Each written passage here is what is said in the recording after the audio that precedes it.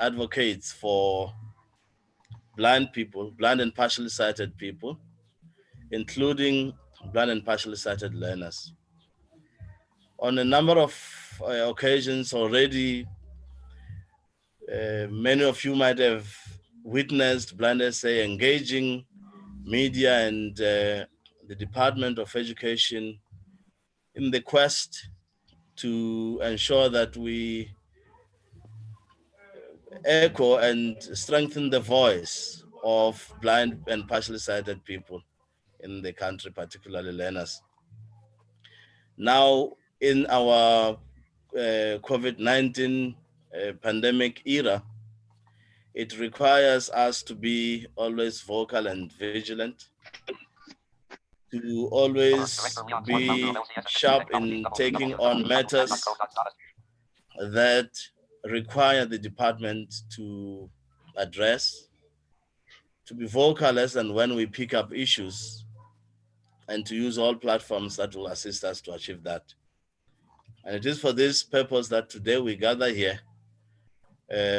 You will hear many speakers giving their perspectives on the education of a learner with vision impairment.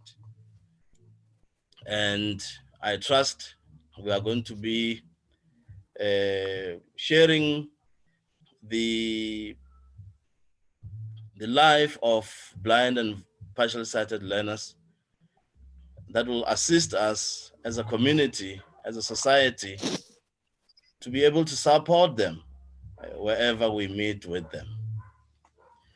With those few words, I welcome you all. From the point of view of the program director for this day,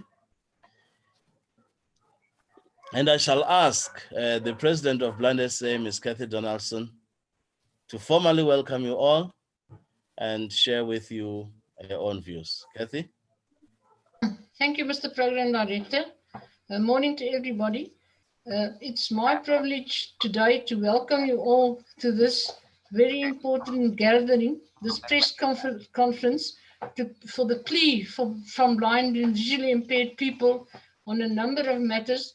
As the director has said already, education is the most prominent discussion today, and it is really a crisis, and we must discuss this clearly.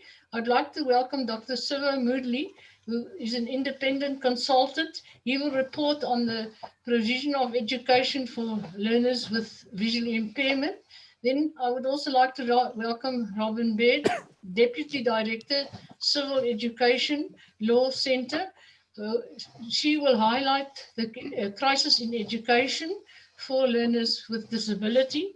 Then it's a wonderful privilege to have our learners from various special schools present. I don't know if the other two learners have joined us, but welcome to Jonas Salom.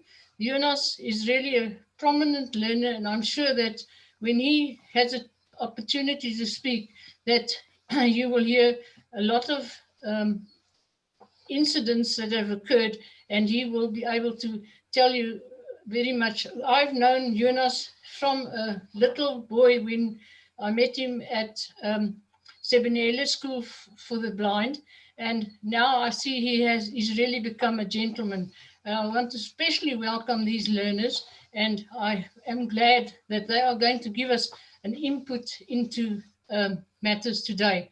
Then I'd like to welcome our members of the executive meeting who are present. I'd like to welcome our CEO, Mr. Jace Nair, who will also highlight the 6 point plan.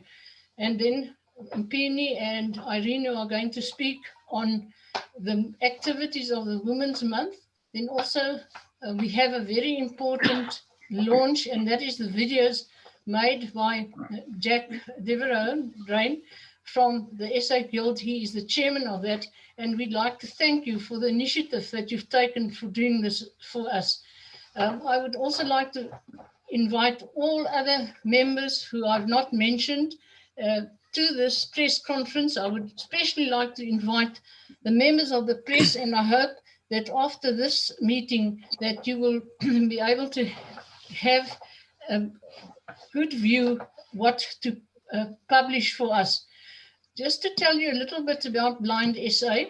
Blind SA is an organization which will be 75 years old next year.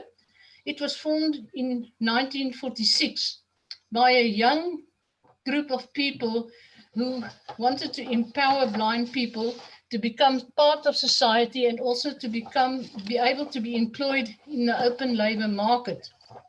Since then, this organization has grown.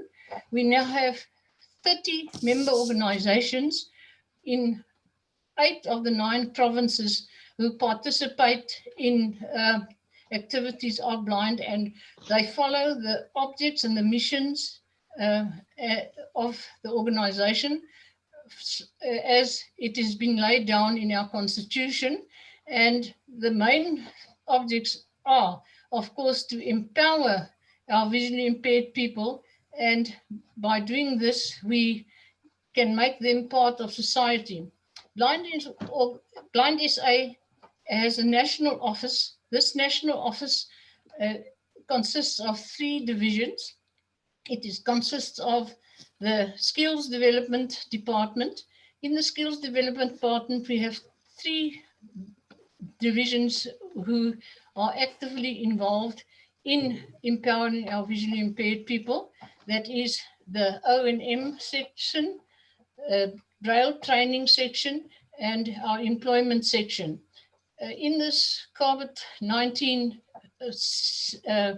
period, we have started a fund, a special fund to assist our young people in their small businesses. And up to now, we have managed to help a number of them, and hopefully we will do so further as the fund is grown. Then we have the other section is our Braille printing section, which is called Braille services, and this section produces Braille in various formats for visually impaired blind people. We also have our national office where a great deal of work is done, and you will most probably have seen this during this COVID session, how many meetings and press releases and activities we've had. Our EXCO consists of our 3 office bearers. We also have 5 committees, which each has a chairman. The committees is advocacy and information, economic empowerment and education, and the youth committee. And today you will hear a lot about education, as you have seen who I have welcomed to the meeting and what Blind SA is doing for education and how intensely we are involved with education. Then another important committee for us is advocacy, and you will see on the program that later Mr. Christa de Klerk will speak on the copyright bill, which we have been advocating for very strongly. However, I don't want to steal his thunder now. So with that, I would like to, in my short description of Blind SA, and once again, welcome you all to the meeting and hope that this press conference is going to be a great success and that Blind SA will achieve many gains from the press conference we are planning for now. And with that, I say welcome to everybody. Thank you, Mr. Program Director. Thank you, Kathy. And I've seen some few more people that join us there. Welcome to our press conference. I will now call upon Dr. Siva Mudli to come and share with us his thoughts on the education of learners who are visually impaired and blind. Siva Mudli, just to steal your 1 minute, I personally know him from quite a back, and we worked together somewhere. and I enjoyed his leadership and his passion, particularly in education. And I think that is the enthusiasm we're going to be feeling when he presents his report to us. Sivamudli? Thank you so much, Chair. Can all of you hear me? Yes. Yes. Okay, thank you. I want to thank Blind SA, Jace in particular, for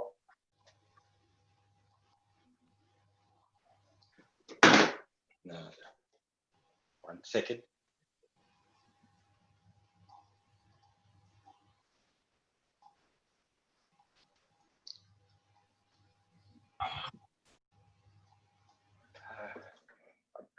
The host has asked me to connect my video. Is that coming through? I'm not too sure. All right. I want to thank Blind SA for the opportunity to share my thoughts with you today on the topic, the theme for today. I'm really heartened by the fact that there are many people out there, concerned citizens who, like me, like Blind SA, will strive to lobby for the rights of blind and partially sighted persons, learners, to receive quality education. Now, yesterday I asked Jace the time frame for each presentation. It said, well, between 10 and 15 minutes. I want to keep it to about 10 minutes so that maybe you have questions. The focus of my brief presentation, therefore, would focus on the following. The first, acknowledgement of human rights, major human rights instruments, why quality education, the obligations of our government, the current reality, what steps do we need to address the issues, and then a few concluding remarks. Now, the human rights are the fundamental human principles by which every human being can claim justice and equality. Now, although we speak about human rights today, it was actually acknowledged and then developed in response to the atrocities of the Second World War. And we all know when that ended in 1945, it's so many years ago. Now, if you read books, for example, Unbroken by Laura Hillenbrand, you will note the dehumanizing treatment of prisoners of war. Another book, The Man Who Broke into Auschwitz by Dennis Arvey. Our Bodies and Their Battlefield by Christina Lamb. These show the kind of atrocities committed against people, against captives, against prisoners of war during the Second World War. And as a result of that, the UN declared 1948 as the Universal Declaration of Human Rights. So 70 years ago, just over, 1948, we had the Universal Declaration of Human Rights. It consists of 30 articles, and Article 26 focuses on education. The first time that education was specifically mentioned was when we had the UNESCO Convention Against Discrimination in Education in 1960. There are 19 articles, and Article 5 in particular focuses on education, and I'll read what it says about education. Education shall be directed to the full development of the human personality and to the strengthening of respect for human rights and fundamental freedoms. That is so powerful, way back in 1960. Then we had the International Covenant on Economic, Social, and Cultural Rights, and that was in 1965. 31 articles, Article 13 on education. We then moved to the Declaration on the Rights of Disabled Persons, 1975. Many of the audience out there perhaps won't have known that. We had the Convention on the Elimination of All Forms of Discrimination Against Women. That was in 1979. And by implication, if you say against discrimination in education as well. Then we had the Convention on the Rights of the Child, 1989, and Article 28 focuses on education. We then had the Convention on the Rights of Persons with Disabilities, 2006. In South Africa, we had the Disability Rights Charter of DPSA and Lawyers for Human Rights, and that was in 1991. The Constitution, I think all of us know that, 1996. Then more recently, we had the White Paper on the Rights of Persons with Disabilities, 2015. Colleagues, I have shared with you very, very briefly, and you could read these, 10 major human rights instruments. And after all that, it is really frustrating that we still today have to try to defend the rights of people with disabilities, the rights of learners with disabilities, the rights of learners with visual impairment in particular, for quality education to be provided. The question is, what is quality education? And there are many answers there, but essentially we're talking about education that is learner-centered, not teachers, not the system. We're talking about a system, an education that has an enabling environment where staff, learners, the whole system would feel comfortable working in. We have a responsive curriculum, adequate resources that staff, finances, equipment, and so on. We have needs-based support, and that is absolutely crucial for education. Dedicated and committed teaching and support staff. That's essentially what we're talking about. We need all those. Now, remember, I talked to you about the Convention on the Rights of Persons with Disabilities that was adopted by the UN in 2006. Now, South Africa ratified that convention in 2007. Therefore, it is obligated to meet various issues, one of which is education. And I want to focus on one tiny bit on what he says about education. Persons with disabilities can access an inclusive, quality and free primary and secondary education on an equal basis with others in the communities in which they live. That is critical. We want equal education. We want equitable education. That means equal distribution throughout South Africa, which involves reasonable accommodation, reasonable support measures. Now, if these rights are violated, South Africa would be morally answerable to its learners.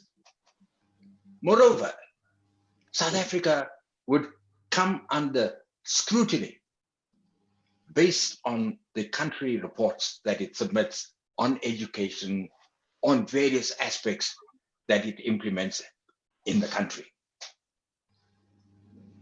I want to come to the sad reality that we face, and perhaps the reason for this Zoom conference today. We have sound, commendable policies on education. We can go back to the various white papers, including white paper on inclusive education. But white papers' policies are of little significance if they are not actioned. If we say we have a white paper, lovely white paper on housing development, people are not interested in that. They want to see action. They want to see houses being built, sound houses. Similarly, Our policies mean nothing if the majority of the learners in our country face poor quality education, inadequate education. What do we need? We need textbooks, we need staff, we need training, infrastructure, equipment. Now, the blindness sector is absolutely prepared to assist and advise the department. But the department doesn't feel it necessary to consult the sector. Now, we all know what COVID-19 has done, the challenges it has posed. It has come upon us suddenly, unexpectedly, and many people didn't know how to respond to that. Now, I think the blindness sector, the disability sector appreciates the challenges that it brought on. But the reality must be faced that the department, the government must kick into action and say, well, we don't really know how to respond to the needs of learners with visual impairment. Can you help us? And that should be the starting point. What is required then? I spoke about textbooks on time. Now, we know recently, based on advocacy, lobbying, court actions, and so on, that textbooks are being delivered to schools. But the sad reality is that even when textbooks are delivered to some schools, not all learning areas are covered. Secondly, textbooks are delivered late in the year, which means that learners have access with penalty. That means they don't have the textbooks at the same time that other learners have. We need staff in these schools. And I'm looking at, in particular, orientation and mobility instructors, because that is fundamental.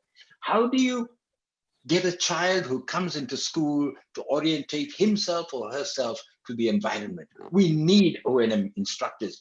And in the time of COVID-19, this service is critical. Access to technology.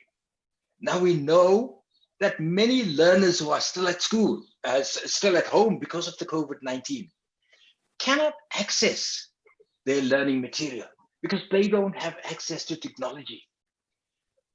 And the government can overnight bring on board 500 billion for the COVID-19.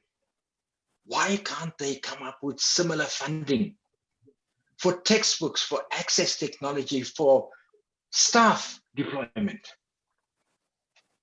Again, COVID-19 and the hostel accommodation, the residential accommodation has made it difficult because of social distancing for many learners to be accommodated in one residence. And therefore, the department promised to provide furnished mobile units. These are kind of temporary units for accommodation. But that sadly hasn't come through. And at this time, learners need those. We need additional teacher assistants, what we used to call teacher aides, because learners need to constantly sanitize because they touch their books, they touch their Perkins Braillers, their technology and so on in the classrooms. They need to constantly sanitize, and some of them need assistance in this regard. And these teacher assistants would greatly assist in that, and more than that as well. Now, the government can no longer ignore its responsibility. And this is why perhaps we in the blindness sector, Blind SA in particular now, because of this issue,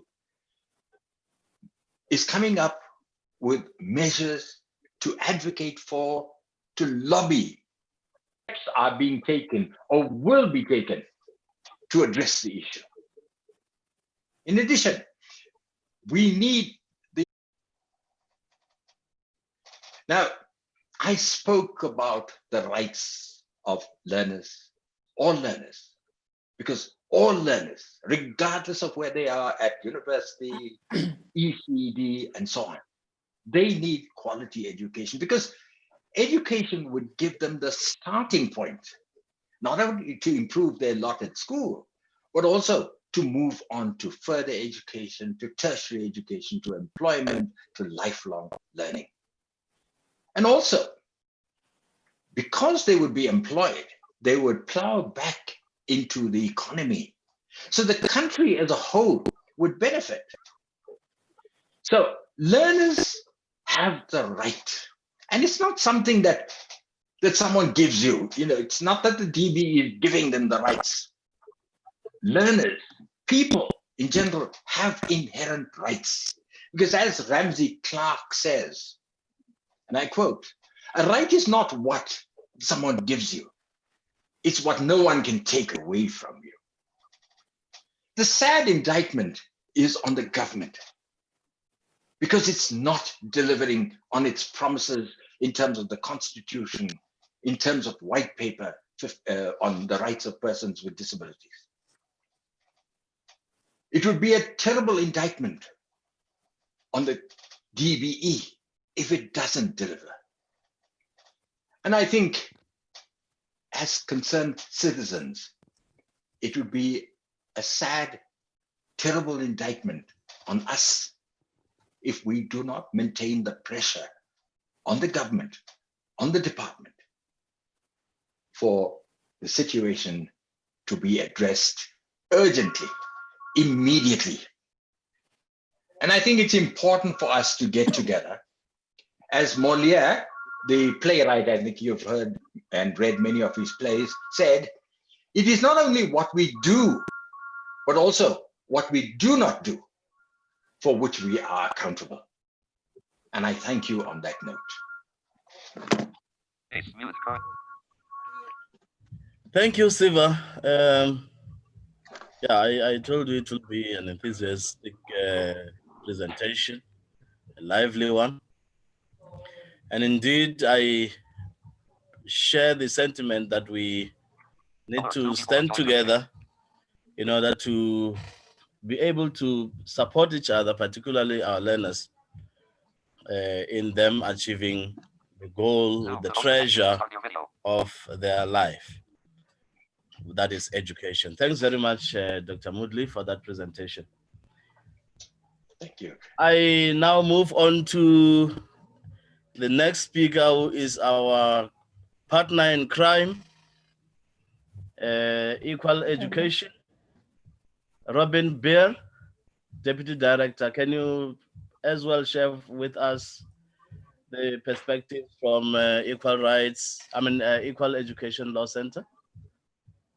Yes, thank you. Good morning, everybody. It's a pleasure to be here this morning and, as the program director has said, to share some of our perspectives on what's been happening, very particularly in education for learners with disabilities during this COVID crisis. And I'm pleased to follow on from Siva, because he really has set the tone of this being a human rights issue. And I think we mustn't lose sight of the violation of human rights that has happened during this period insofar as it relates to learners with disabilities. So yes, as has been mentioned, I'm from the Equal Education Law Center. We are a public interest litigation law clinic based in Khayelitsha, and we work very closely with our sister organization, Equal Education, that is a learner-driven social movement. And we really have had some concerns during the lockdown about the lack of attention that has been paid to ensuring protective measures for learners with disabilities. The DBE, the Department of Basic Education, has really sort of put forward as their two mantras in education, one, no child left behind. And the second one during COVID-19 has been that the health and safety of learners is their primary or primary concern or priority. And yet it seems those very two principles have not been applied to learners with disabilities. Once again, we've seen that learners with disabilities have in fact been left behind. They have been the last to be considered when it comes to provisioning for PPE and health and safety measures in special schools. And their health and safety really just hasn't been taken into account. The very first guidelines, which were published after much pressure from Blind SA and other organizations of persons with disabilities on the department, were only published on the 23rd of June, over 3 months since the closing of schools back in March. And after some of the schools, particularly the schools for learners with visual impairment, had already returned. And what people really need to understand about the implication of that, it means that schools had opened without any guidelines as to the very particular PPEs and requirements that should be put in place in order to ensure the safe return to school for those learners. In the interim, those schools were provided with the standard hygiene pack that all ordinary schools were provided with, which we know for learners with disabilities was completely inadequate.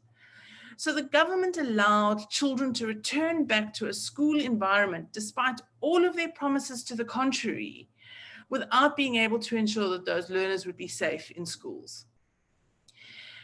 We have continued with repeated pressure on the department to address these shortfalls. We eventually got to a point where we really were having no success. And so the Centre for Child Law, represented by the Equal Education Law Centre, eventually launched an urgent court application against the department. We are really pleased to report that the DBE did not oppose this application.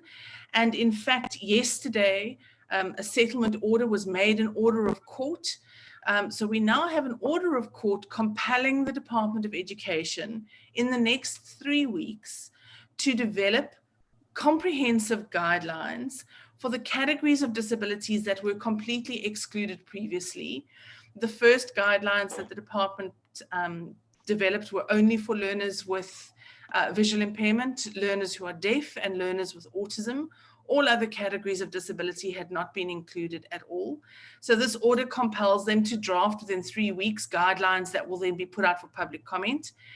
And also, and very importantly, to change the directions, amend the directions, to include a provision for infrastructure capacity for special school hostels where other measures will not be possible. And this was a really important point, particularly in special schools in rural areas where learners travel hundreds of kilometers to attend those schools. And the department had said they were unable to provide additional infrastructure capacity. And so schools must use alternative systems like rotation systems. And we said to them, a rotation system for learners who travel 4, 5, 6, and in some provinces up to 800 kilometers to attend a school.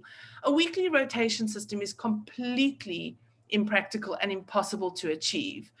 And over and above that, the disruption for some learners, particularly learners with behavioral concerns, and learners who rely, for example, learners with autism who rely very heavily on routine, is completely disruptive. So this is a really important provision in the order that we look forward to that amendment. And another equally important provision is that learners who will need to remain at home. We know that many learners with disabilities have comorbidities, and for them it may not be safe to return to school. And parents, as we know, also have the right to choose not to return their learners to school. We have ensured now through this order that the department must provide additional guidance to provinces on all of the measures that need to be put in place to adequately support learning at home. And we recognize that that includes access to assistive devices, as well as access to therapeutic services, all of which are integral in the learning requirements and needs for learners with disabilities. So it's an important order. Obviously, what we all need to do now from an advocacy perspective is monitor that, make sure that in 3 weeks' time, we have those drafts, that we are able to engage and give comment, and that in an additional 3 weeks from there, we have those finalized guidelines in place. What remains of huge concern is that it's taken so long, and it has taken a court order in order to get to this point. As Siva so rightly pointed out, this is a human rights issue.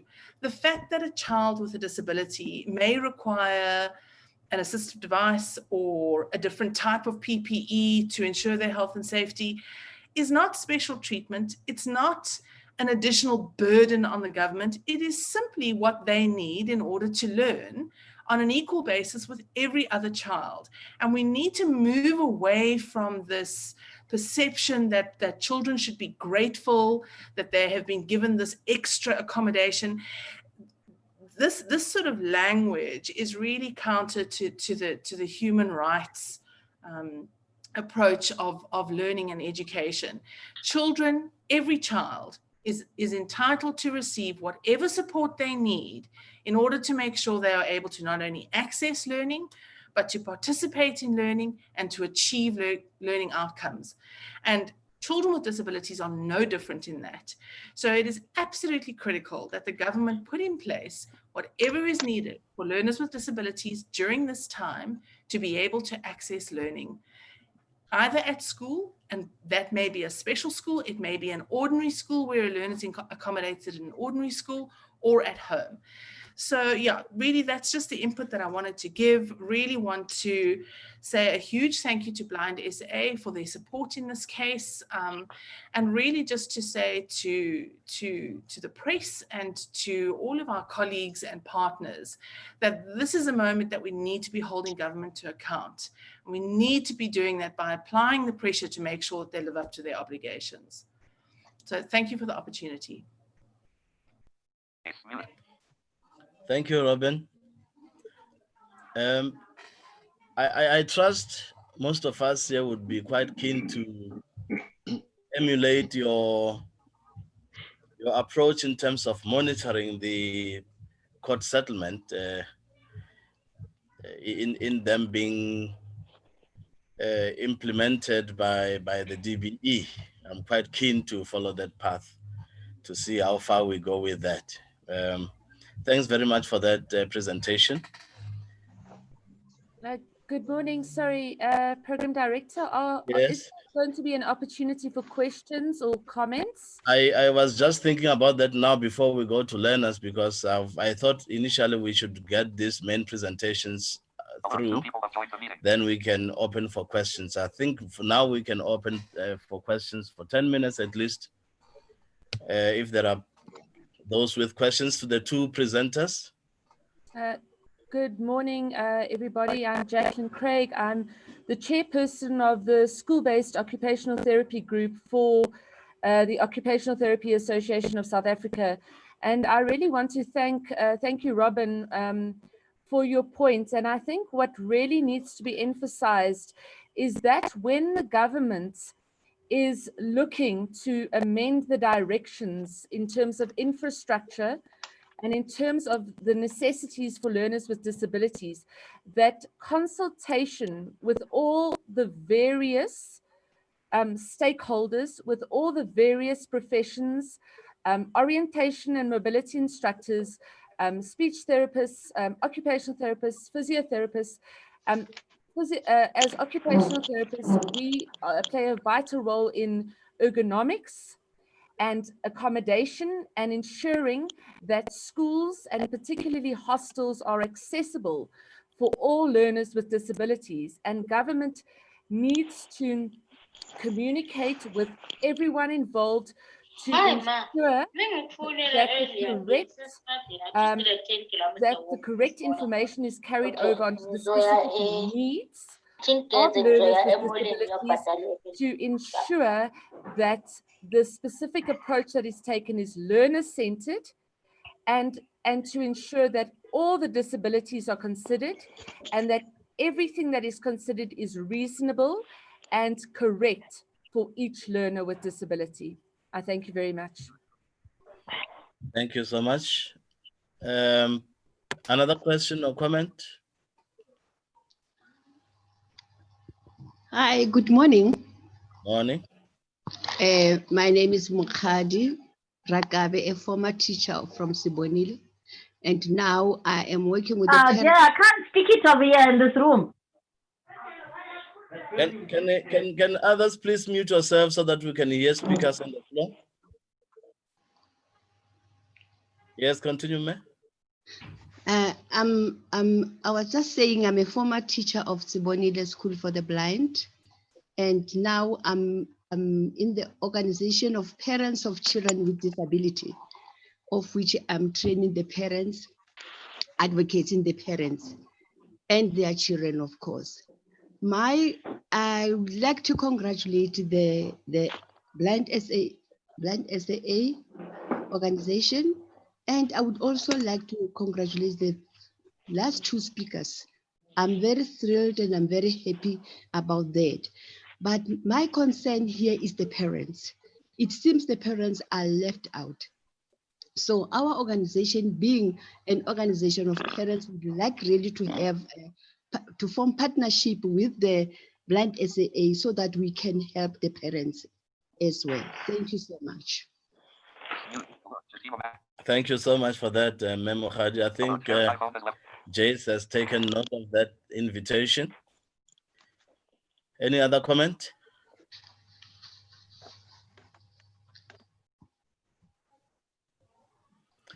Okay. Robin, would you want to make remarks on the statement that was made by the first speaker to you? Yeah, Jacqueline, thank you for that. It's one of the reasons why we insisted on a period of public comment. What we've noticed up until now is that much of the sort of regulatory framework that's come out in this time has not had any opportunity for public comment, particularly the directions. And so we have insisted in the court order that there is an opportunity for public comment and that those drafts do get circulated widely so that people do have an opportunity to scrutinize them and give input. So it's a short window. Obviously, you know, we have to accept that these are urgent moments, and so people will be given a short window to comment. But I've noted, I know your the OT Association, so I'll make sure that does get circulated to you as well. And then if people can all just make sure that within that 10-day period they do provide comments. So hopefully at the end of the day we get a much better a product that comes through that does cater for everyone. Thank you very much. Thank you, Robin. Siva, do you have any make this one? Yeah. Thank you. I think Mokhadi is absolutely correct about the parent involvement, and that's critical. I think that another level of involvement should be learners themselves. I'm not too sure, as with the universities, whether there are learner organizations, learner structures that could come together nationally, provincially, and so on, that could actually assist with advocating for and lobbying on issues like this, because I think very often the learners' voices are far louder than ours. Not physically, not literally, but in terms of the kind of effect they have in terms of advocacy and lobbying. And I think critical for us would be the learners as stakeholders, together with all other relevant stakeholders in the field. Thank you, Chair. Thank you so much, Siva. Thanks, colleagues, for that participation in this part of the program. And I think, yeah, you are quite correct that we should involve more and more of parents for learners with disabilities so that they can make an input on issues that are being raised when we meet and discuss schools and guidelines and everything. Right. Learners, now can I get confirmation if Leuma Shatsi is with us? I noted on WhatsApp that Onika could not join. She's struggling to get it right. Is Lebo with us, Leuma Shatsi? Okay. If not, can I call? She is in. She is in. Yeah, but she's unmuted. We can't talk to her. Yes. Yeah, she must unmute so that she can talk. She can talk to us. That's the problem. As I said earlier, I noted that she managed to connect, but maybe she's struggling to unmute herself. In the meantime, Jonas Ngovu, Christos young elephant. Maybe you should share with us why you are a young elephant. I know though. Can you give a perspective on the learner perspective? Firstly, to start with, if I may ask, do we have any government official in here or representative of any government department, just to be sure? Not to my knowledge. Busi, can you confirm?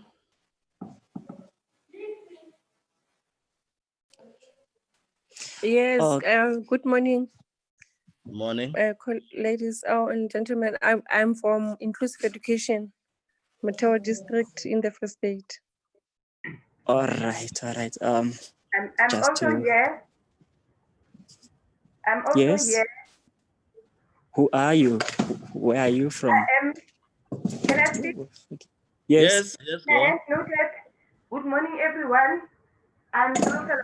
Dumo.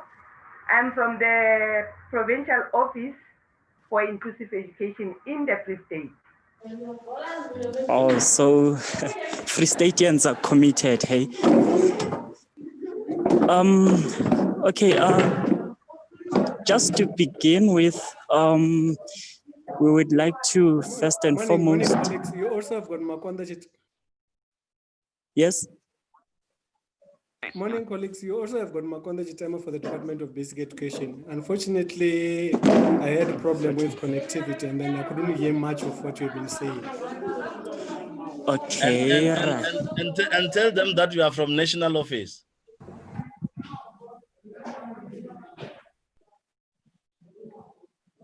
Morning, colleagues. Morning. Yes.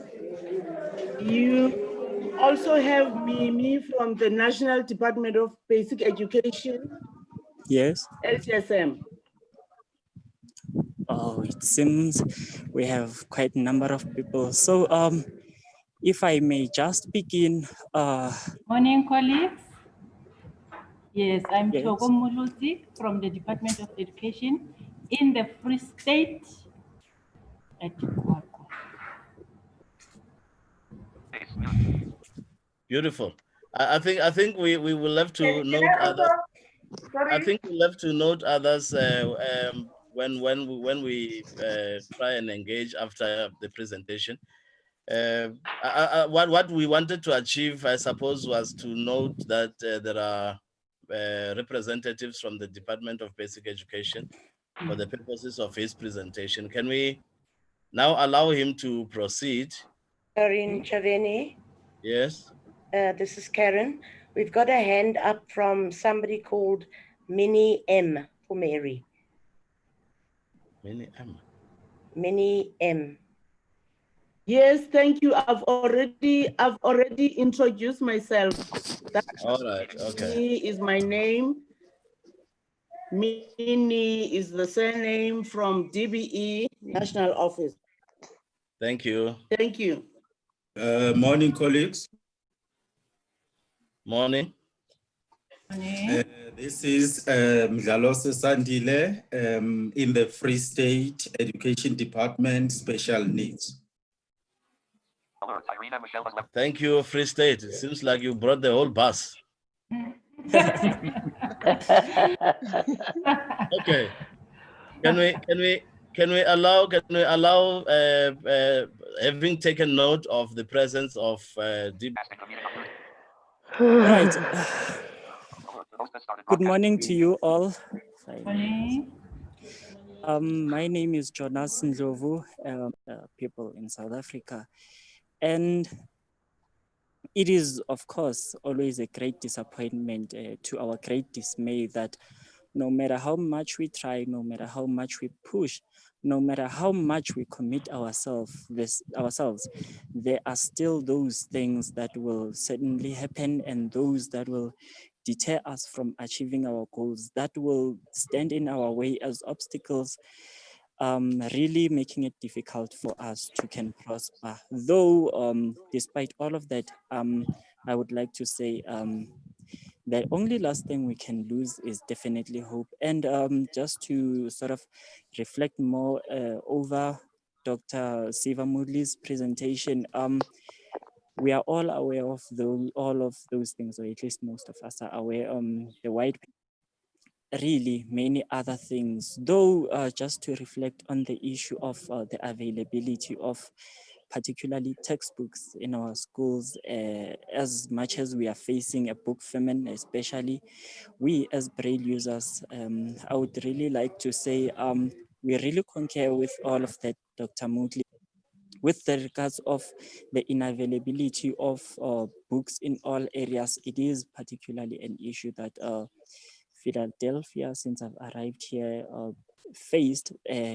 Though I'm thrilled to say to you that there have been achievements, there have been changes, and things are becoming a bit better, and the school is improving itself. And as of this year in Philadelphia, for the first time, learners in grade 10 and 11 doing mathematics commenced the class with our teacher here, Miss Patricia Mkawane, who's our mathematics teacher. So for me, this is an achievement because it has never been done. And I'm one of those learners in grade 11 doing mathematics, and I've also went an extra mile to take in accounting as one of my subject choices, because it is really a subject that we are always told that, well, you cannot do simply because you are using Braille and you're blind. So just to really be on the other side of the things and just to go beyond norms,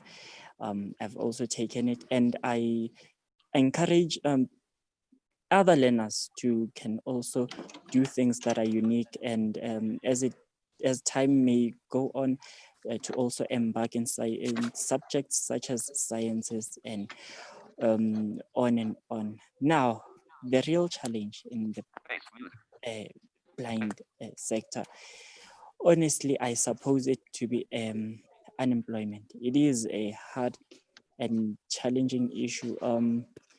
For many of us, it is not by choice, but then really the situations of the nation and the state of our economy. So it is really unfortunate that most of us, even those basic skills that we are required in the employment sector, we don't even have them basically. So it becomes a challenge really. So Blind SA, to you particularly, as an organization that I've known for some time and closely related with and understand as well as appreciate the work that they do, I would really like to ask that if it may happen, really be able to amalgamate all the organizations of the blind sector, become all one in such a way that you are aiming to really achieve the issue of increasing employment and skills in this sector, because employment doesn't only happen simply because someone wants to employ a person and then give them income. No, employment happens simply because they have to, employers have to employ resources and skills in order to do what? In order to produce goods in such a way that, well, in economics, they say is efficient. Now, the scarcity of the skills in this sector really makes it hard for even those that we suppose to be, well, lucky. And, well, here's my issue. I believe that we as a people should not only just query things / complain, but rather it is better if you have a problem and then come up with a solution. Now, just to be straightforward, my suggestion is this. Blind SA, regarding, of course, your size, I mean, the vastness of the organization, and well, the financial availability to can be able to take on this. I don't know how it will happen, but then this is what I propose to you. If you may, please establish a committee, or well, there is an economic and I suppose committee related with skills development and one related with employment and economic opportunities in this sector. But would you just please establish a committee that will do one basic thing, and thereafter work on it. So this is what I propose.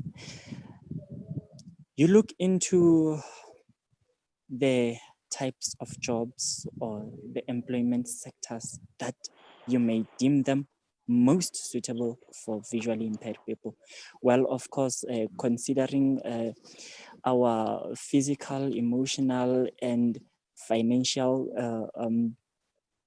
comfortability if we go into that particular employment sector.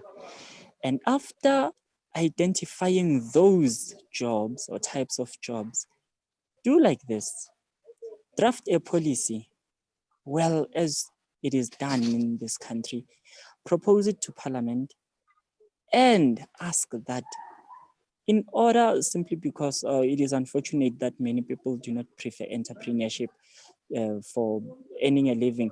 So in order for many of these young blind people who are getting out of schools, some of them not even knowing what to concentrate on, which skill to really have, just to propose that this job sector should only be reserved for visually impaired people. I'm not sure if it really makes sense, but then I suppose it would be better that after the committee identifies the certain job sectors or job sector, they propose that they only be reserved for certain particular people, because now it is no longer about skill, it is no longer about anything, but then it is about enhancing the lives, enhancing a certain skill within the community of us, the visually impaired people. And I suppose if that fails, or should that really prosper, then we may take it from there, because now what really annoys me in this place is that we are always talking, but unfortunately at the end of the day, we expect only one stake, or rather aspect, to come up with things that may end up resolving all our issues, and which we say at the end of the day, the government. And I would really like to emphasize to you that I really ask all of us to no longer look up to the government in order to solve our issues. I think it is about time.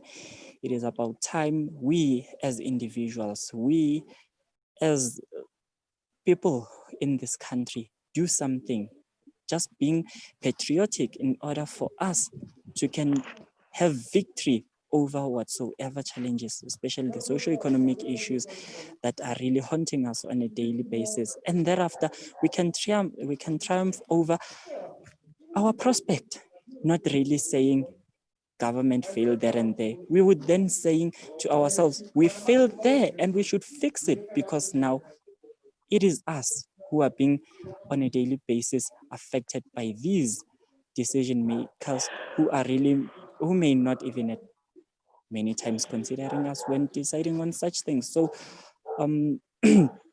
that's it. I'm just asking all of us to really can just hands on, be patriotic, and get up, wake up to something.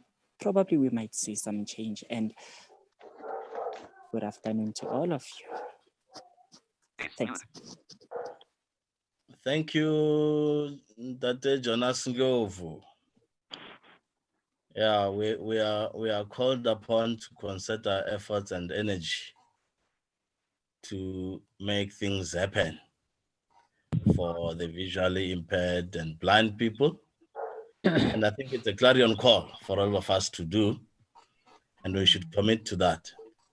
Thanks very much for that. We on the program we should be having Mrs. Susan Baum presenting, but I was alerted that she's got connection problems, and for that we are going to ask Mr. Jace Nair to stand on her steed. Jace. Thank you very much for that, Program Director. Good morning to all of you, and thank you to the speakers that have presented. As Blind SA, we adopted a 6-point plan on the 3rd of February, which highlighted some of the actions that Blind SA was to undertake to advocate for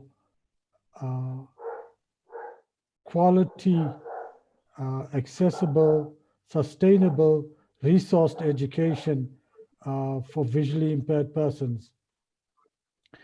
And during this last 6 months, firstly, we had the impact of COVID-19, which interrupted some of those actions that we had to undertake. But I just want to highlight some of the initiatives that we took and some of the concerns that still exist. Firstly, the issue of infrastructure at our schools, including the hostels. And in that regard, we submitted a memorandum to the Minister of Basic Education on the 4th of February, as well as having submitted a memorandum to the Gauteng Department of Education regarding the unsafe conditions at the Prince of School in Swane, as well as the challenges of the poor infrastructure or no school infrastructure at the Rivoni School for the Blind in Limpopo to the MEC of Education in Limpopo. We have been lobbying with the Portfolio Committee at Parliament, as well as the portfolio committees at various provincial legislature. We then engaged with the Department of Basic Education, particularly the Inclusive Directorate, in terms of the lack of adequate provision for schools for the blind and partially sighted, as well as the education of blind and partially sighted learners. Arising out of this, we were able to set up a task team with representatives of school principals, educationalists, and the International Council on the Education of the Visually Impaired, ICEVI. We inputted into directions, into guidelines, and we submitted a affidavit after having engaged with some of the schools to understand the challenges in terms of infrastructure as well as social distancing. The issues of social distancing and infrastructure, firstly, the inadequate hostel facilities, and there are examples that we've provided where the school in Pietermaritzburg had 178 learners sharing a hostel built for 150 learners. And during COVID, the department, in terms of the social distancing protocol, indicated that they could only accommodate about 80 learners in the hostel. Then we have the other incident at the Rivoni School that has just over 115 learners, and only half of those learners could be accommodated into the hostel. Firstly, The school and hostel infrastructure virtually does not exist. The boys' hostel was burnt in August last year and has still not been replaced. The children are sharing an overcrowded hostel, and therefore the majority of learners from Rivoni are not returning to school. Therefore, there's a need to look at how do the teacher assistants and teachers and other staff at these schools support our learners. Even before COVID-19, orientation and mobility services were not being provided by the department at these schools. Some NGOs were providing some limited services to the 23 schools in the country. So our learners were not practicing social distancing. They were being led by other blind or partially sighted learners and staff at the school, forming trains to move from classroom to the hostel or into the dining facility. The department has now engaged with Blind SA, and we've brought on board the various specialists from the Orientation and Mobility College, St. Dunstan's, the Orientation and Mobility Association of South Africa, and ourselves to look at how could we provide some sort of urgent interim sighted guide skills and skills in daily living to teacher assistants and to management teams at our schools so that they could look at providing some immediate relief. The issues of early childhood development, where we were not able to proceed with this since we are not in a position to engage with parents and the officials in terms of streamlining ECD programs. In terms of the Second Chance Metric program, our concern still exists that the department has not really provided the resources in terms of the textbooks, the training manuals, assistive devices for these learners, and yet many learners are expected to enter for the examinations later this year. The issue of copyright, you will hear from Christo de Klerk in the session that will follow shortly. However, to amplify on what Siva had indicated, the department eventually, as a result of a court order, provided the master copy for CAPS textbooks in certain learning areas. However, these are still in the DBE and the provincial department systems and have not reached our learners as yet. And we would want to urge the Department of Basic Education and Provincial Department of Education to ensure that learners have access to the CAPS textbooks and readers. The issue of assistive devices still remains unresolved, and our concern will be that the majority of our learners are not returning to school in the next couple of weeks, and therefore, hello, Susie. Maybe I'm fine, thanks yourself. Can we ask that person please? Can you please mute yourself so that the speaker can present? Osis who's on the phone, please mute yourself. So our learners were at home, do not have access to braille writing machines, low vision devices like handheld magnifiers, or laptops with accessible technology. Many of our parents come from the low economic communities and therefore do not have access to data and those programs that the DBE have on their website and through other service providers are not provided in an accessible format that our blind learners would be able to utilize.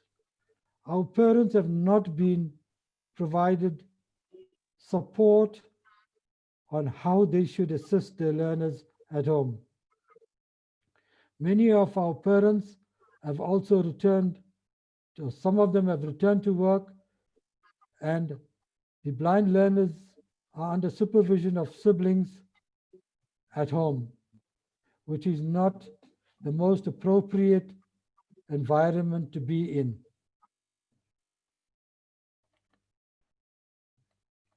As Blind SA, we will continue to strive to advocate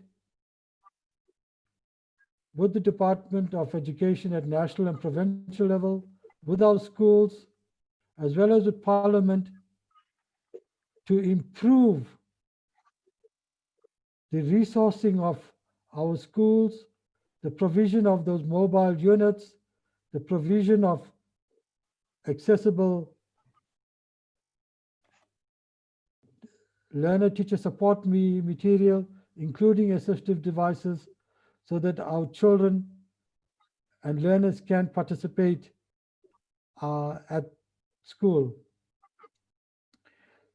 I just want to pick up on 3 aspects that were raised. Firstly, in terms of the court settlement, the court order that was issued yesterday, that the Department of Basic Education would look at the inclusion of directions and the resourcing of hostel facilities throughout the country. Our observation with the department has been that firstly, they only would want to react when there is a court order, which is an unfortunate situation. But secondly, and more importantly, that there has to be vigilant monitoring of the department complying with the court order. We observed that in terms of the court order regarding the textbooks brought by Section 27, in many instances, it was a tick box exercise for the department to show that they were doing something. More often than not, it was being done very late. So it is important that the Equal Education Law Center, Blind SA, and other stakeholders pay careful attention to monitoring the department and providing the support that they may require in terms of expertise to ensure that they comply with the court order.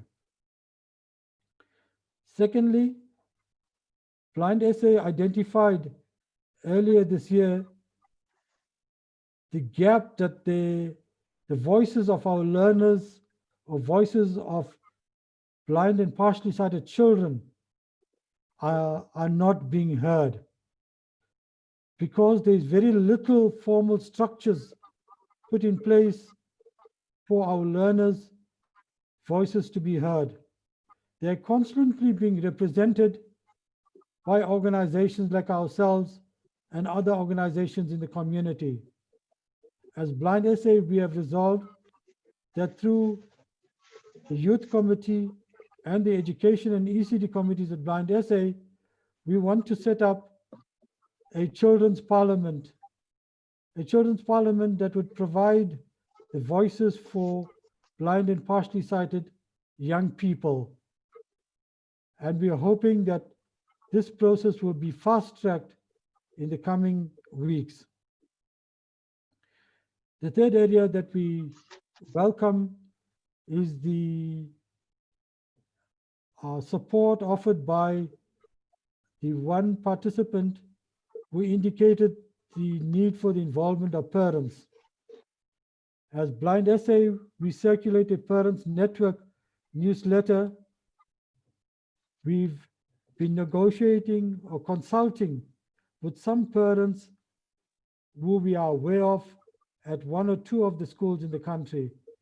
But we look forward to working with this organization so that we can involve the interest of parents and have them also speak directly to the issues as parents of children with visual impairments. Program Director, Blind SA is committed to continuing the advocacy, the lobbying, and self-representation on behalf of visually impaired learners, our educators and staff at our schools, and on behalf of the education sector as such, so that our children can have quality, resourced education that is inclusive and is of the same standard that is provided to all other learners in our country. I want to thank you very much, and I hope I've done Susan Baum justice in trying to outline some of the areas in terms of the 6-point plan that Blind SA had put out. Thank you very much.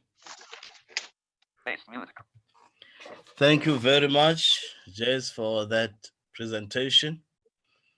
A reminder, of course, of an undertaking that Blind SA took in February. And it is still supposedly, one can say, a dream, because we are still yet to achieve most of those. Thanks, Jace, for that. Colleagues, you would remember that we have just begun our Women's Month on the 1st of August. And tying in with this press conference, we thought it prudent that we also usher in the activities for the Women's Month, or on behalf of women who are affiliated and interested in Blind SA. And just to quickly verify if I have all speakers for this part of the program available, do I have Ms. Likarempini? I'm available. Thank you. Do I have Irene? Irene Mashele? Yes, I'm available, Mr. Nechituni. Be ready. Thank you. Do I still have Crystal? There?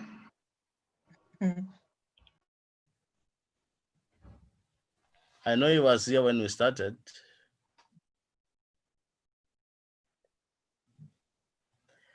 Okay, do I have Jack Devnara? Present, sir. Thank you. We're good to go. I will therefore present to you Ms. Mpini Likare, who is going to... So, Program Director? Yes, oh, there we have Krista. Sorry, I just had a challenge on muting, yeah? Yeah, I told you what to do, my friend. You must follow my tricks.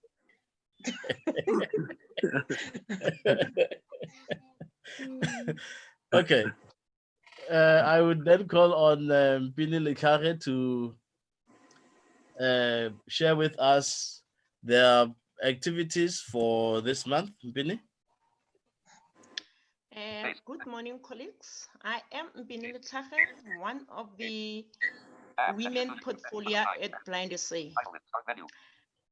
As we all know that August is a Women's Month, we are going to celebrate a woman.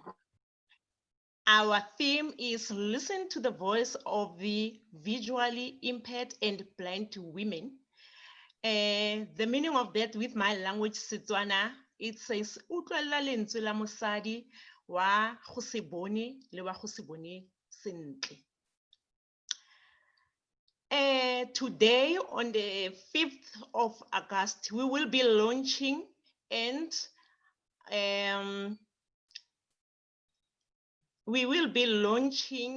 celebrating a woman nationally.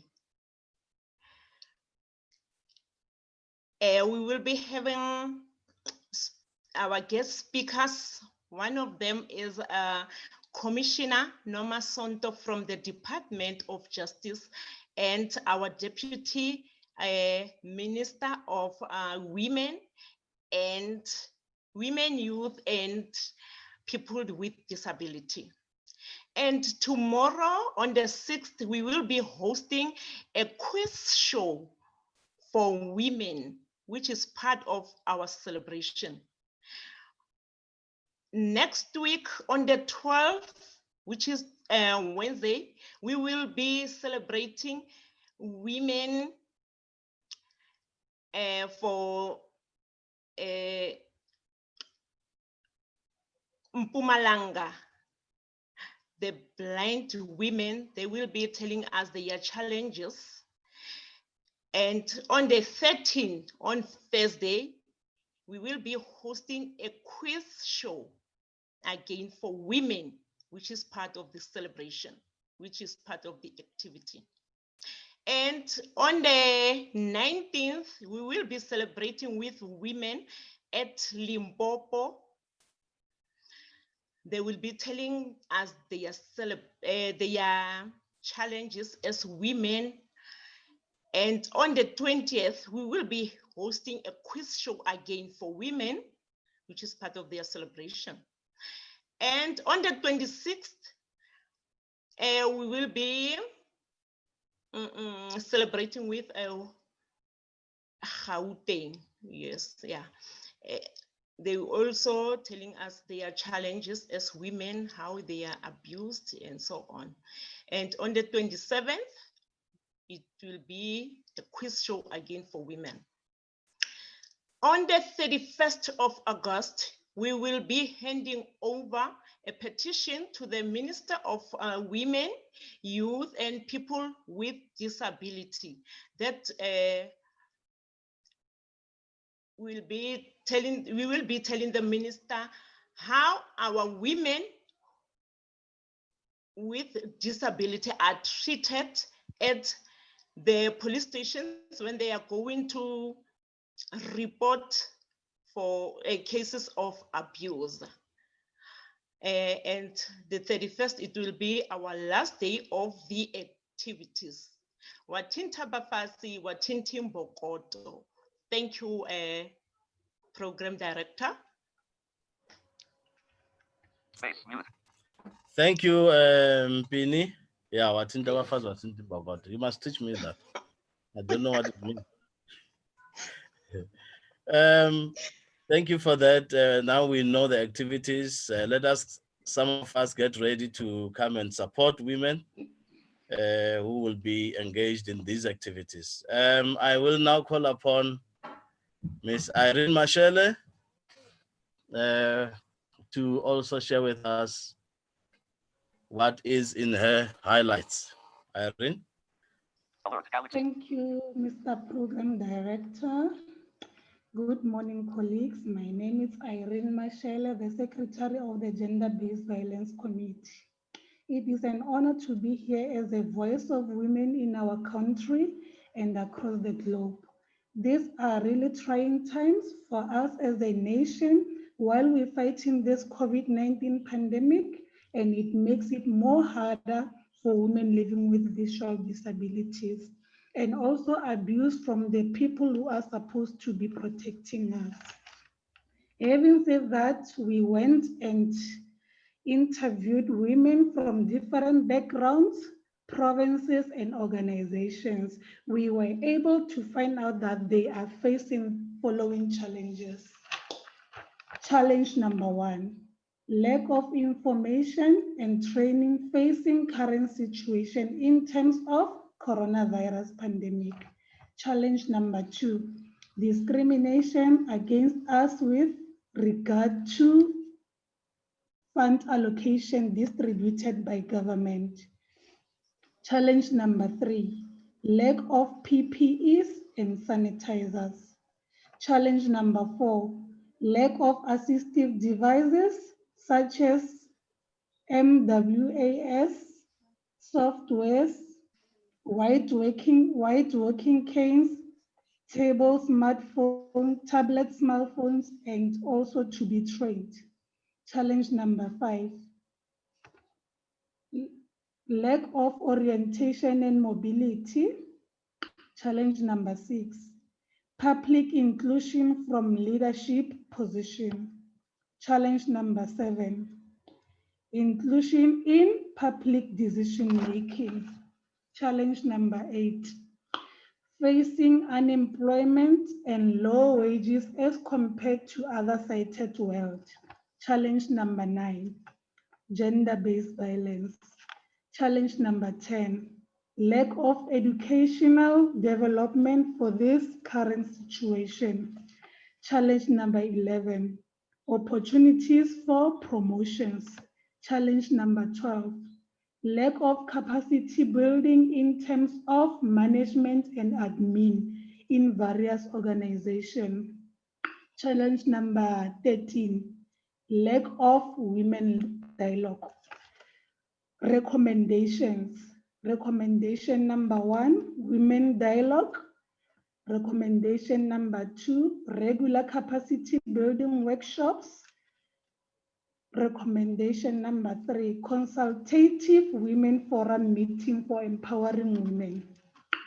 Recommendation number 4, which is the last one, discrimination and promotion in terms of employment be advocated in a very holistic manner to meet targeted 7% set forth by the government. We hope that our concerns and challenge can be heard and resolved. Let's wash our hands regularly, sanitize, only go out when necessary. Stay safe. Thank you.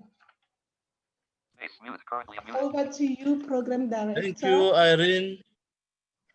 Thank you very much.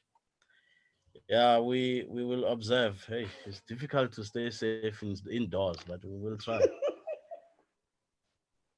Okay, colleagues, I would then ask Mr. Christo de Klerk to give us the taste of his highlights on the Marrakesh and the copyright.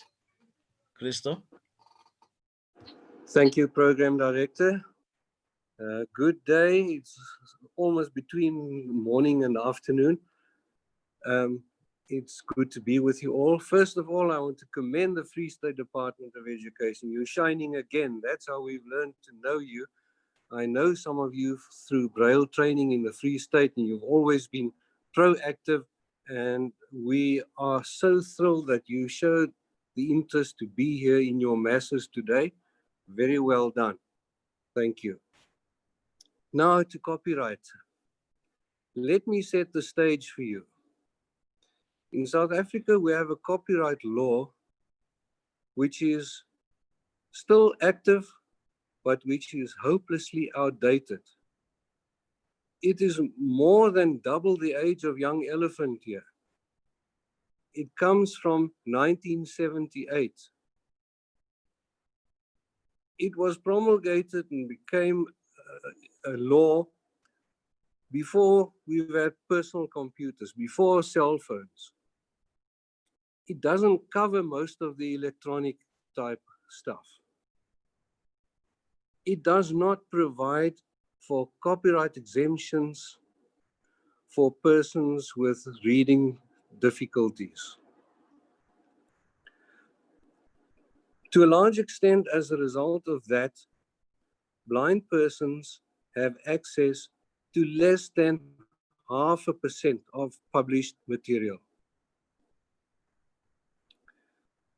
Then, to alleviate the book famine, countries decided to create the Marrakesh Treaty, which came into operation in the middle of 2013 already, so it is just over 7 years ago. But to reap the benefits of the Marrakesh Treaty, countries have to accede to it. And up to now, about 90 countries have, and I believe 14 African countries have, even countries like Zimbabwe, Lesotho, but not South Africa. Then for the past 4 years, there's been a process of trying to get an amendment through, a major amendment of the Copyright Act. It's a so-called Copyright Amendment Bill. And for over 4 years, there has been a bloody bickering about the bill. On the one side, you have those supporting the bill. We support the bill. An organization called Recreate supports the bill. And others, like the South African Guild of Actors, where from which Kevin, talking Seven Delania. Jack is the chairman. They support the bill because the bill will see to it that creatives get paid for their art. And sadly, under the copyright bill now, we have creatives who die in poverty because they do not get paid for their work, for their art. The bill also provides Section 19D, which enables copyright exemptions for read-disabled persons. On the other side, you have those opposing the bill. Those are mainly the Coalition for Effective Copyright, or the Copyright Coalition as we call them.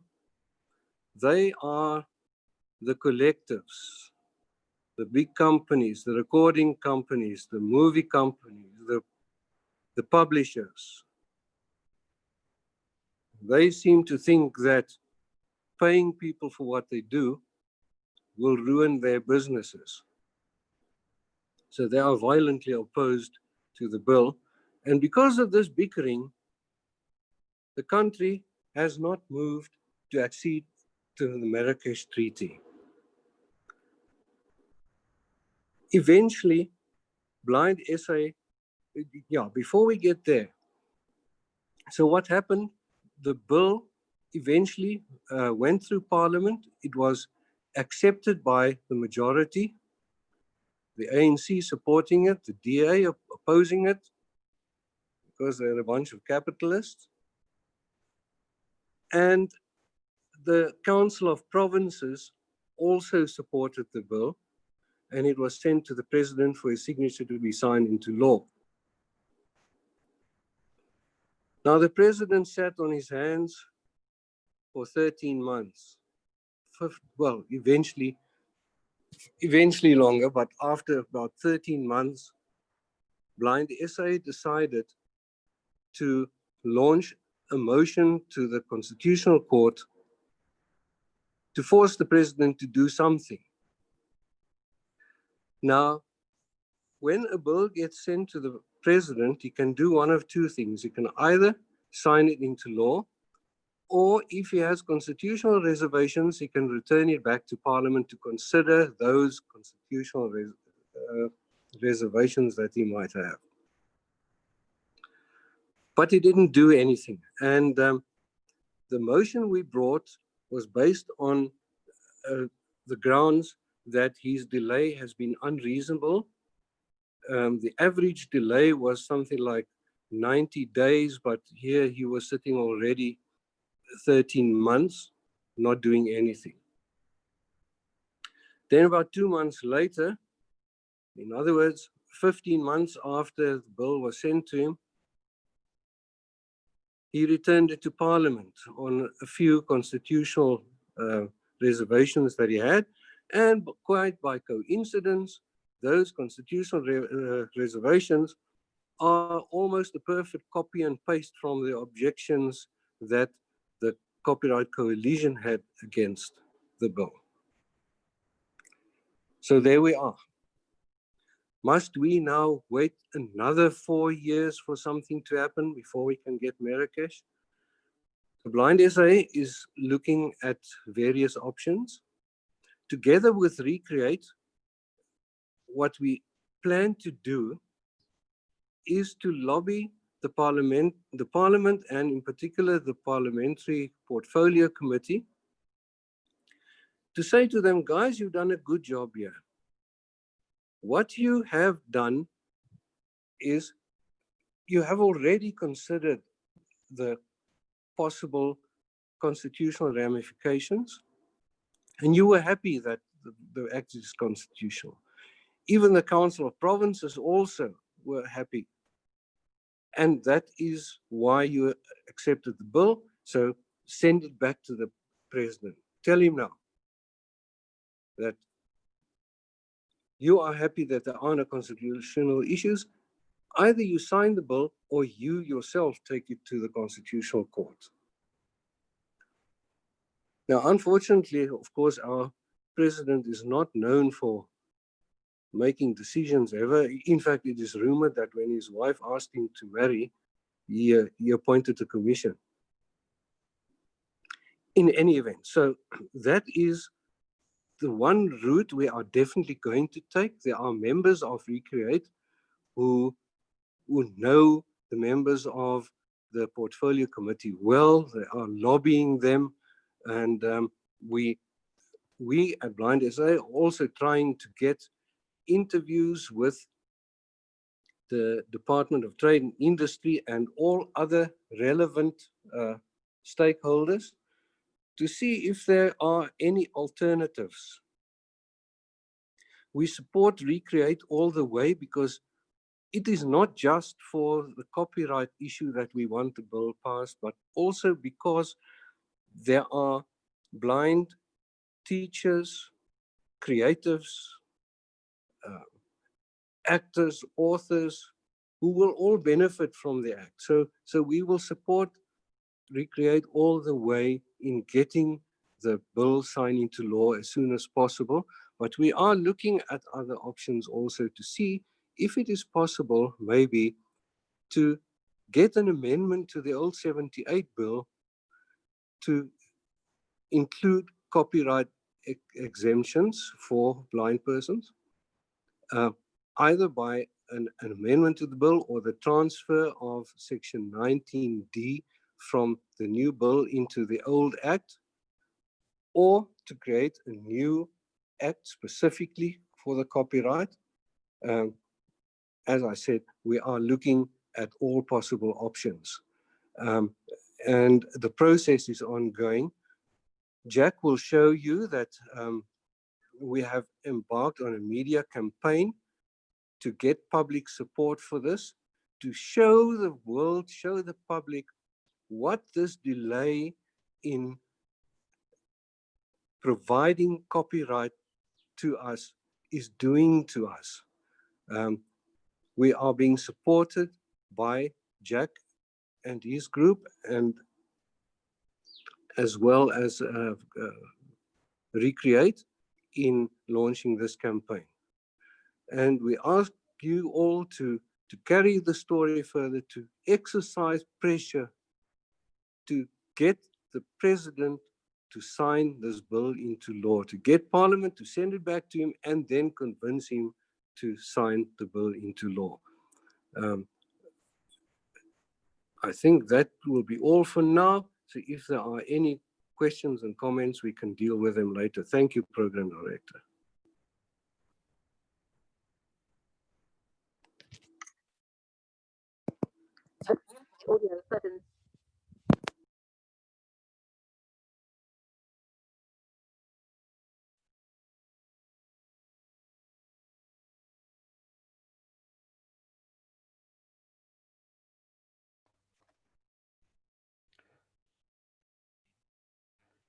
Hi, Program Director Nchiveni, are you there? Sorry, Jace. Okay, Sorry. continue. Yeah, thanks, Christo. I just had a short emergency here. Yeah, a long road indeed, and it doesn't look that promising.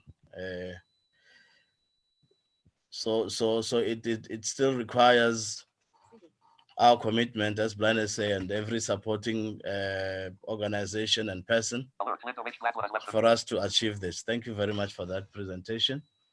Now, colleagues, our next and last presentation should be a very interesting one. It's on the acting part. I never knew that we've got actors amidst us here, and we will be seeing actors, and they will be showing us our potential. Jack Devna Rai, can you share with us the videos that we've prepared for us? And for the sake of visually impaired participants or audience who are here, I would ask that after each video, because you have 4, Karen host would explain to the visually impaired persons who are in attendance here. Is that fine? Thank you. Thank you, Nchiveni. I just want to check very quickly, are the audiovisual presentations ready to go? Who is doing that? I had arranged with Jace that he would be able to play it from his side, Jace. Yes, Phineas will start screen sharing as soon as Jack has given his message. Okay. Thank you. Thank you very much. Can we verify, Phineas? Are you ready? Yes, I am ready. Oh, there we go. Hey, your voice is nice. Your voice is nice. On the speakers. Okay, Jack, take us thank through. You. Thank you very much. I will count you down before we start. But there was so much. There were so many wonderful ideas that were shared in the previous presentations that I just wanted to remark on them very briefly, and also to explain my presence here. It was a great privilege to accept the invitation from Blind SA, and I want to thank you for inviting me and for having me as part of this lineup. It's a great privilege to share the space with the people who have presented here.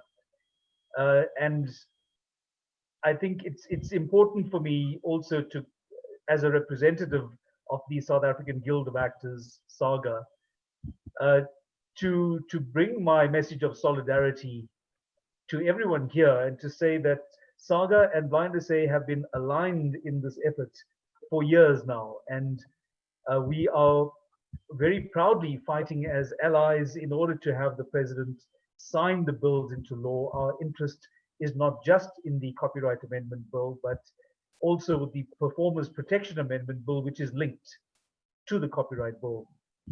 And we've been attending the panel discussions, the seminars, the webinars, the radio interviews, the TV panel discussions, and Jace and Christo and I have pretty much been at the coalface of this. And it's with this that I just want to reflect very briefly that we have a tremendous amount of opposition to our interests. And the opposition is coming from some corporate giants based overseas, specifically in Europe and in the US. They do not want to see copyright reform in South Africa. They are working closely with their South African counterparts who also carry the very same message. They are opponents to the bill. They are opponents to the rights of actors and to the rights of people with disabilities. They do not want to see reform. And sadly, they have been able to successfully get into the ear of government at the highest level. They have now turned the discussion away from the rights of people, vulnerable people. They have turned the discussion away from the vulnerable and those who are suffering the injustices of unfair exploitation. They have focused the discussion away from us and into the world of big money, commerce, and corporate rights and profit. So it's with that kind of context that we must continue to fight. And before we get lost in the fight, I must add that I'm not here because I consider Blind SA to be a cause, or the people who are fighting the fight to be campaigners. I am here because I believe in you all as my friends. And it's with that message that I tried to devise an audiovisual presentation that is going to tell the story of human beings that are in desperate need of support, that need government to step up and stand with them and not against them. So to the extent that I have a certain amount of skill and ability in creating content, audiovisual content, I felt it was my duty to assist.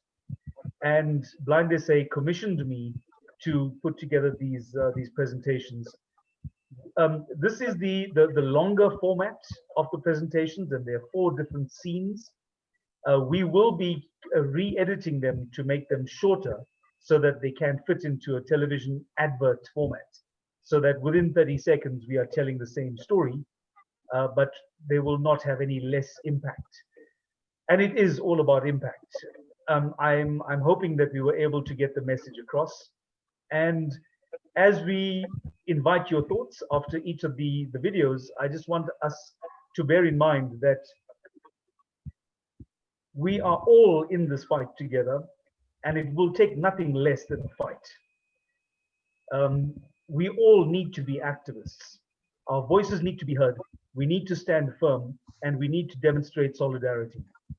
If we are not doing this, our interests will be overtaken by those huge corporate interests, by the profits, by the exploitation, by those massive publishing firms, the law firms, the international producers, because they've been doing this all along.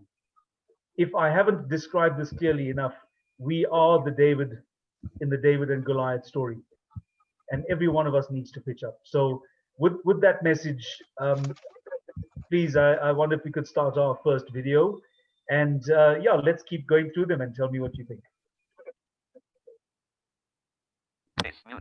Phineas?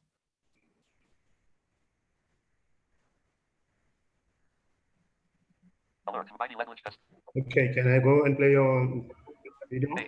Yes. First one.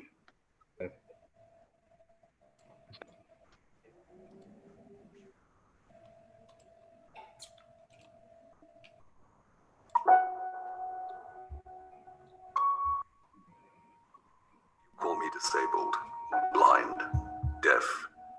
That's how you describe me. The irony makes me smile. Our Bill of Rights opened a new world for me. It said I could work, I could learn, vote, live as any other. Did you make room for me? Did you? I asked for books and resources. I asked for revised copyright laws so I wouldn't be called a criminal for reading with my fingertips. I asked for your help. Did you hear me? Did you? You told me to wait for the Marrakesh Treaty And then you told me to wait for the copyright amendment bill. Still, I'm waiting. Did you see me? Did you? Yes. You call me disabled, blind, deaf. The irony makes me smile. Hashtag Braille is no crime. Help legalize Braille books. Sign Blind Essays petition. Hashtag Braille is no crime. Donations.blindessay.org.za/campaign-Braille. SMS 45345.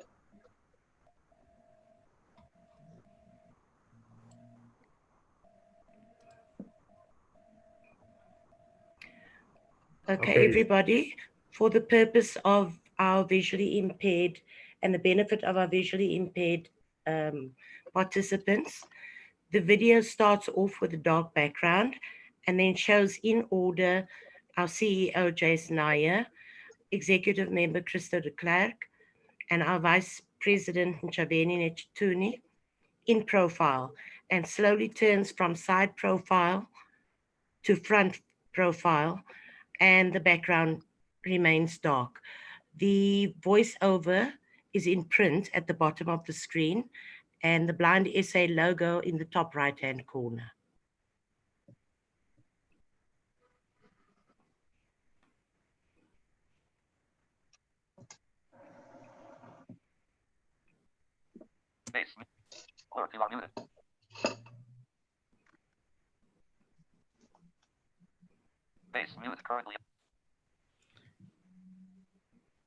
Yes, are we going to the next one? All right, I'll go for the next one. Thank you. Please go ahead.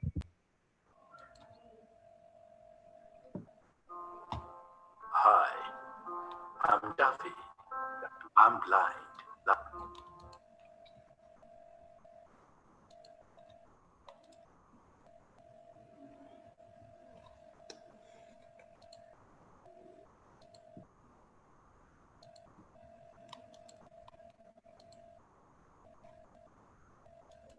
Hi, I'm Javi. I'm blind. I'm not mentally unstable, uneducated, confused, illiterate. Just blind. I didn't ask to be blind.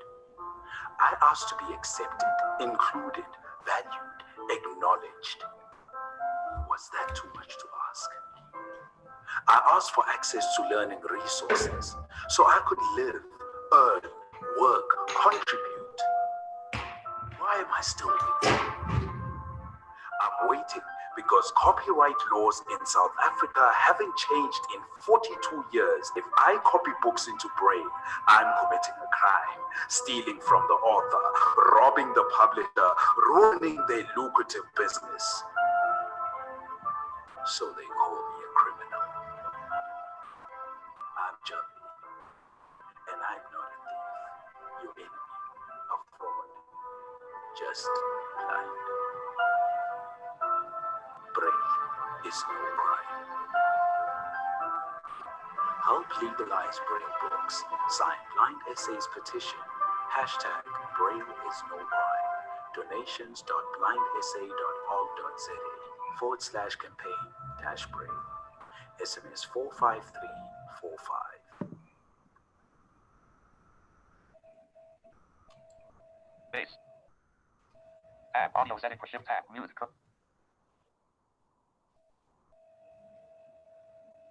Thank you, Karen. Okay.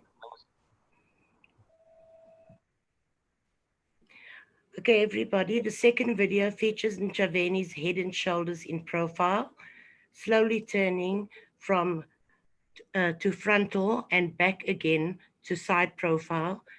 And the voiceover starts with I'm Nchaveni, as you heard. And the voiceover is run in print down the right side of Nchaveni's figure. A Blind Essay logo is at the top right. And at the bottom is the Blind Essay logo at the end with the print and simulated Braille hashtag, Braille is no crime. Phineas, over to you. Okay. Space. Alert. Genera Tab. Meeting. Alert. Shift tab. Enter. Shift. We were told the Marrakesh Treaty would allow blind people to transcribe books into Braille. Still waiting. We were told the Copyright Act would give us lawful exceptions to help us access new technologies. We're still waiting.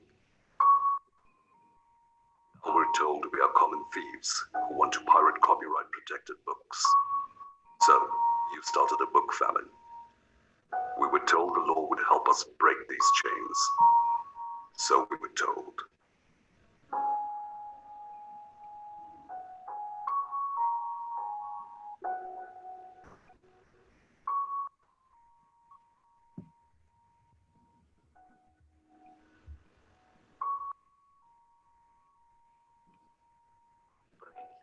It's no crime. Help legalize Braille books. Sign Blind Essays petition. Hashtag Braille is no crime. Donations.blindessay.org.za/campaign-Braille. SMS 45345.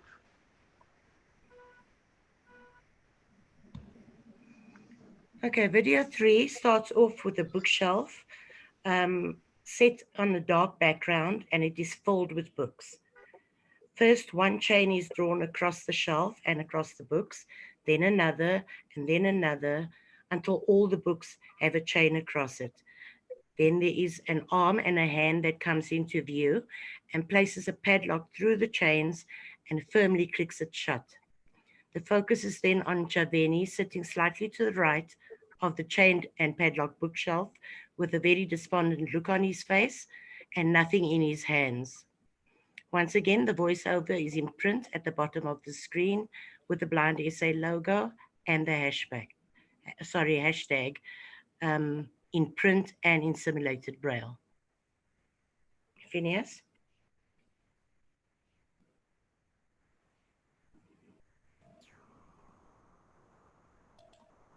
The invention of the printing press opened the doors of education to the world. And when Braille was invented, it allowed blind people to read with their fingertips. But not all publishers want to transcribe books into Braille. This has caused a book famine for millions. In South Africa, exceptions to copyright law would help break the famine. But while the rest of the world embraces new technology and the fourth industrial revolution, copyright laws threaten to prosecute me as a thief, and blind people are still fighting a famine. Braille is no crime.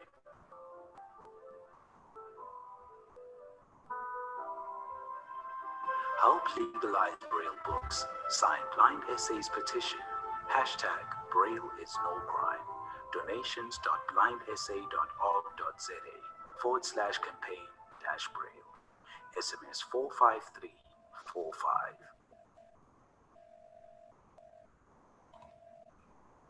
All right, everybody, this is video 4, and the video starts off with a bookshelf filled with books, and Javeni sitting in a chair slightly to the right of the bookshelf, reading a Braille book.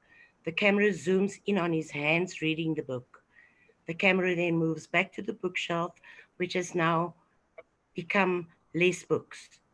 Back to Javeni reading, and then back to the bookshelf, which is now empty of books. The camera then moves back to Javeni, who has nothing in his hands, with the empty bookshelf and in view behind him. It concludes in this manner with Javeni looking despondent, and his hands seemingly rests on his lap with nothing to do. Once again, the Blind Essay logo in the top right and the hashtag at the bottom. The voiceovers are all in print at the bottom of the screen. Thank you. Back to you, Mr. Program Director.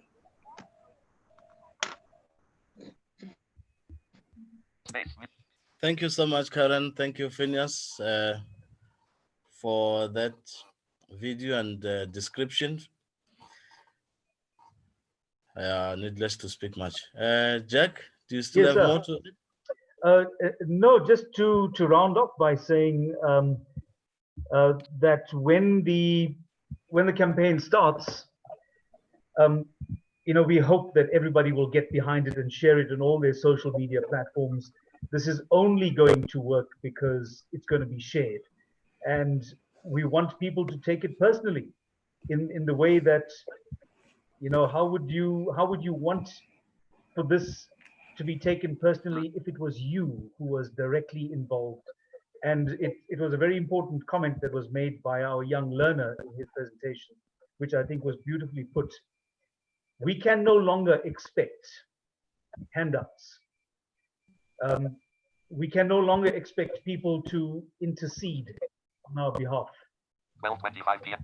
There are far too many interests and conflicting interests at stake for us to be able to rely on one particular source of support or resources. It is going to be something that we must motivate for. We have to build a case for it, and we will take it as high up as we have to. Blind SA is leading this from the front. Who else has gone to the Constitutional Court to make these demands? And with that in mind, you would say that the least one could do is to share the videos on social media, and of course we will make available through Blind SA the social media friendly formats, so that they are in the correct orientation and are also edited down to 30 seconds or so. So within this week, we'll have all that ready for everyone to share and to distribute. Thanks, Jack, and just be on the countdown from now, as Jack is saying. Countdown. Today is Wednesday, end of the week. All right. Things will be happening. And I think personally, I should emphasize the fact that we, as Blind SA, share the fact that we need to stand together on this, and we support each other, particularly the call for the books, for leisure reading, for educational purposes, for blind people. They must be made available. Thanks very much for that, colleagues. Questions and answers, interactions? I've got a comment on Chavini. Yes. Well, usually, when it comes to putting blind people out there, and when we are seen on TV, we are always made fun of in the adverts and things. So it's really important for us to put this out there, especially because we need resources and we need to have knowledge, through books and stuff like that. So thank you so much for your support. Mr. Rajesh Kumar, Jack Devnarayan, whatever we call you, thank you so much. And thank you to all the speakers. Thank you so much. Who was that speaking? Justine. Thank you. Any more thoughts? Hello, Chavini. It's Marina Clark. Hi, Marina. Thank you for the opportunity to be here. I have one or two things I'd like to say about that. For those who don't know me, I am the chairperson of the South African Disability Alliance. And I firstly want to thank Saga and Jack specifically for the work that's gone into it. It's with collaborations like this that we can get messages about disability to people who are not disabled. So big thank you to you for the work. I also want to commend the actors, Jason, Saveni, Christo. I didn't know you had a future on soapies. So we look forward to seeing you on Seaman DeLon and all the others. In terms of comments, I looked at it, and let's be honest, these are very powerful ads. They represent blind people. It's not actors, it's actual blind people, which I think makes a big difference. The one thing I missed in this is the presence of youth. And I don't mean to say that the three of you are old.